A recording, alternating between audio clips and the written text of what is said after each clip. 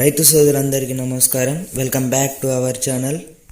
ఇంకా మన ఛానల్ని ఎవరైతే సబ్స్క్రైబ్ అయితే చేసుకోలేదో వెంటనే అయితే సబ్స్క్రైబ్ అయితే చేసుకోండి. అలాగే పక్కన ఉన్న బెల్ ఐకాన్ అయితే క్లిక్ చేయండి. నేను ఇచ్చే ప్రతి ఒక్క లేటెస్ట్ అప్డేట్ని అయితే మీ ఫోన్లోనైతే నోటిఫికేషన్ జరుగుతుంది. రైతు బంధు డబ్బులు ప్రతి ఒక్క రైతుల ఖాతాలనైతే డబ్బులు అయితే జమ అవ్వడం జరిగింది. కానీ ఇంకా 2 ఎకరాలు 3 ఎకరాల వారికి అయితే డబ్బులు అయితే జమ కావడం జరగలేదు. ఇంకా వారికి ఎప్పుడైతే వస్తాయో ఈ వీడియోలను అయితే మీకైతే పూర్తిగానైతే వివరిస్తాను. కంటే ముందైతే ఇక్కడ చూసుకున్నట్టయితే రైతు బంధు రైతుల ఖాతాలను అయితే డబ్బులు జమ కాబట్టి అయితే తెలుస్తుంది. ఇదైతే ఎకరం వారి రైతుకైతే పేమెంట్ అయితే పడడం జరిగింది. అక్షరాల 5,750 రూపాయలు మీ బ్యాంక్ ఖాతా నెంబర్ అని ఇలా మెసేజ్ అయితే మీకు వస్తుంది. ఇంకా మీకు రానట్టయితే కామెంట్ అయితే చేయండి ప్రతి ఒక్కరైతే. అలాగే మీరు ఎక్కడి నుంచి చూస్తున్నారో వీడియోని అయితే ప్రతి ఒక్కరైతే కామెంట్ చేయండి.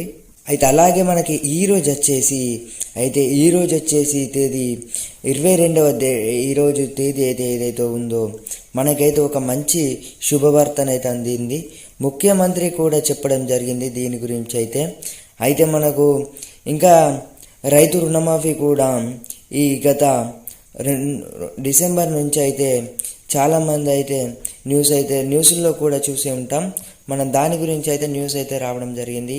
అలాగే 29 లక్షల మంది రైతులకు రైతు బంధు అందించాలని చెప్పి మిగతా రైతులకు కూడా అంటే సోమవారం ఈ రోజు నుంచి అయితే ప్రారంభం చేసే అవకాశం అయితే కనిపిస్తున్నాయి. రైతులకైతే రైతు బంధు అయితే కొంతమందికి అయితే ఇంకా 29 లక్షల మందికి అయితే జమ అవ్వడం జరిగింది. ఇంకా మిగతా 22 లక్షల మంది ఎవరైతే రైతులు ఉన్నారో 2 ఎకరాల మీద నుంచి అయితే మీదికే ఉన్నారో వారందరికైతే ఈరోజు అయితే జమ చేసే అవకాశాలు అయితే చాలా కనిపిస్తున్నాయి.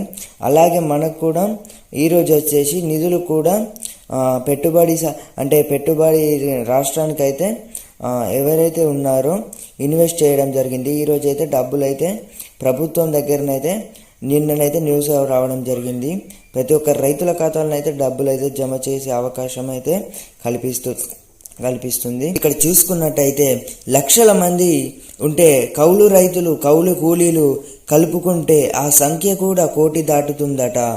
దీనిపై అయితే ఇక క్లారిటీ అయితే ఇంకో వీడియోనైతే తెలిసి మీకైతే తెలియజేస్తాను.